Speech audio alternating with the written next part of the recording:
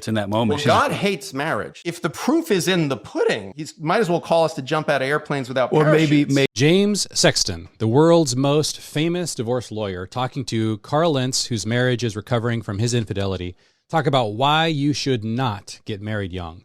They are missing the most important variable, but let's listen to how they think about young marriage. When it comes to marriage, like you're signing on for something without giving a lot of thought to what it's going to be. Like the metaphor I've used in the past is, if you asked me or asked Carl when he was 20, you can have any car in the world. What car do you want? It would either be like a Ferrari, a Lamborghini, or like a muscle car. Yeah. It would have been one of the, most guys fall into one of those two categories. It would be a muscle car. It would have been until you hit what, 40? Right. And then we're going Prius. Then you're going Prius. How much mileage? Right. You're going to go Toyota Sienna in your 30s because you got the kids and you got a lot of stuff. Okay. So what if I said to you when you're 20, pick whatever car you want, you're going to have that car. And then you go, oh my God, I want a Ferrari. Great. By the way, that's the only car you're ever going to have. Wait, I'm sorry? What? Oh, this is the only car you're ever going to have. You can't have any other cars. You're not even allowed to ride in any other cars. That's your car. That's your car. You picked your car. Wait, no. I picked the car I wanted because I'm 20. Like it looked nice and it had a loud engine. I wasn't thinking about where will the car seats fit or how does it sit, and I might have some sciatic pain because of my herniated disc. Like I wasn't thinking about when I'm 80 getting out of a Lamborghini. So what's marriage? Marriage is you're 19, you're 20 years old. You're like, oh my God, she's so pretty. Oh my God, he's so handsome and he's tall and I can wear heels with him. Okay, you know what we should do? We should get married. Yeah, let's do it. And everybody's going, yay, you're getting married. There's going to be cake and we're going to have a party and everybody signs on. Meanwhile, you just picked the car you're going to drive for the rest of your life. Have you talked about, do you want to have kids? What's your faith? If by the way, I lost my faith or suddenly found faith, would that change the dynamic of our relationship? What if I became a vegan? Would you be cool with that? What if I'm a vegan now and I decide I don't want to be anymore? I want to eat pork chops. Are we going to break up? Like nobody, you picked your car and you signed on for the car. Can I lovingly interject and double down? Because to me, when I really have the nuts and bolts conversations about this, that's what I point to, is if there is a huge flaw in the Christendom marriage cycle, it's the age in which we push people to get married. Because me and Laura laugh. When we got married, do you think that she was looking across at a guy who, like, I'm finding out who I am today. I won't be the same guy tomorrow. I'm 46. I'm just getting cooking. Like by the time I'm 50, I'm really going to have a good idea about this much of who I am. Like that's the nature of what you find out. Your self-care, your mental health, your journey. Like this is all stuff you start to learn as your brain changes. But we're going to look at a 22-year-old and we're going to pump up this marriage. It's going to be the greatest thing ever. I don't know what the answer is, but I am really curious about, even in my own house, I got 2 girls, right? And I'm not going to say you can't get married young. I am going to say, my love, please understand. Take as long as you can to find out who you are. And if you really like that guy, let's figure out a way to make this, resourceful. But let's take our time. Okay, these two didn't get anywhere near a reasonable answer. Carl is saying, maybe by the time you're 50, you'll know yourself well enough to pick somebody to marry. Okay, that's obviously not going to be helpful.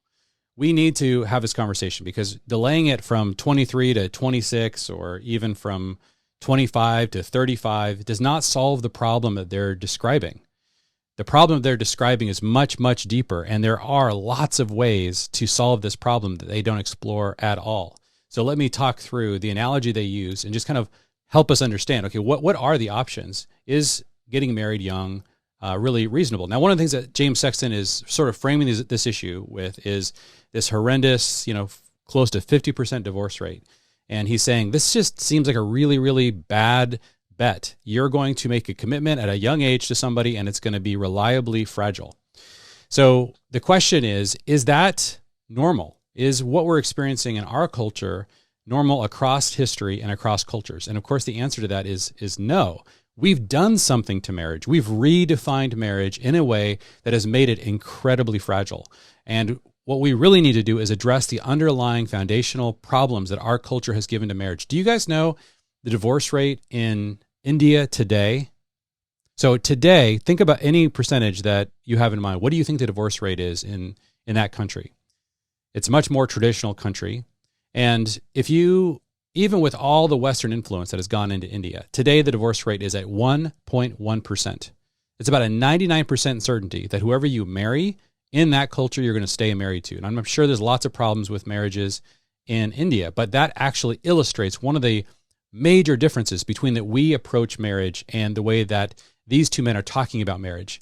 So the way that they're framing this is some man or woman, they're picking a car. They're just asking themselves, what are the things that I want in a car? And there's no mention of anyone else giving them wisdom that have lots and lots of connections to what actually is going to help the marriage succeed over the long haul. In India, it's famous for the fact that parents often arrange marriages. Because if you're going to make a decision like that is for life, and it's not like it's sprung on you all of a sudden, like you pick somebody and then all of a sudden you hear for the first time that marriage is a lifelong commitment. If the entire family is working together to bring all of the wisdom of the family into that decision, and both the potential husband and the potential wife want to get that feedback from their families, then you're going to be making a lot more wise decisions. We have decided as a culture to make this about whatever kind of fleeting attraction you feel, in the same way that you might see a car drive by and say, "Ooh, that would be nice to drive that car." Yeah, that is a cultural problem. That's not a problem with marriage. We've decided to think about marriage in those terms. We've made all these movies and all of these songs about the fleeting attraction that a man might feel for a woman or a woman might feel for a man, and say that is the basis for how you decide who to marry. And that is, of course, a crazy idea when you're talking about a lifelong decision that goes through all these stages. The second problem with the analogy they're using is that the car never changes. It just gets old, breaks down, and you have to swap it in for a new one. And of course, that's what James Sexton is seeing in the families that he works with. As a divorce lawyer, people just are constantly watching their marriages fall apart, and their response to that is to just trade the marriage in. Actually, what happens in a really good marriage is that because you've made a covenant, a lifelong commitment to love each other, and you get better and better at loving each other, then the more kinds of adversity, the more challenges that you face as a marriage, you get to go through and grow together. You're not a car. You're constantly evolving. The person that you marry when you're 25 years old is not the same person that you're married to when you're 50, 60, 70 years old. You both change.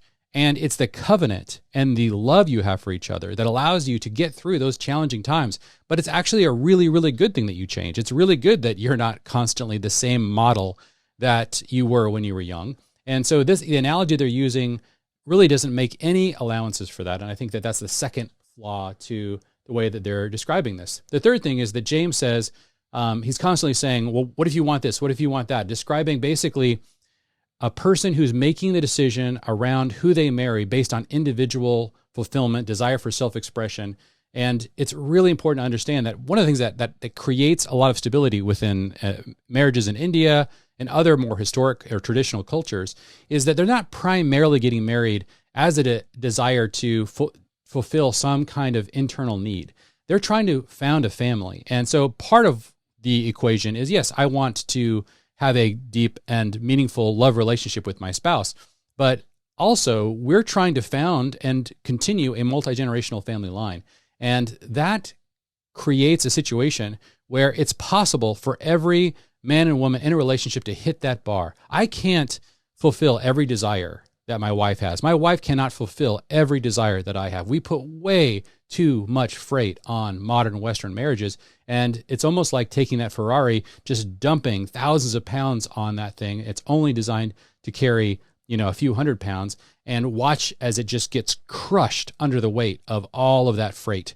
And that is a huge systemic problem to the way that we see marriage. So we need to take a look at these analogies and understand why it's still a good idea to get married when you're young if you have the right vision for marriage. But if you are primarily operating like a normal Western hyper-individualistic person, then you are never old enough to be mature enough to make a decision around marriage and find the person who's going to fulfill every one of your desires. There is no amount of wisdom that's going to come into your life that's going to predictably create a marriage that's going to be able to bear up under that much freight. So that's kind of the bigger picture that was not being discussed in this video.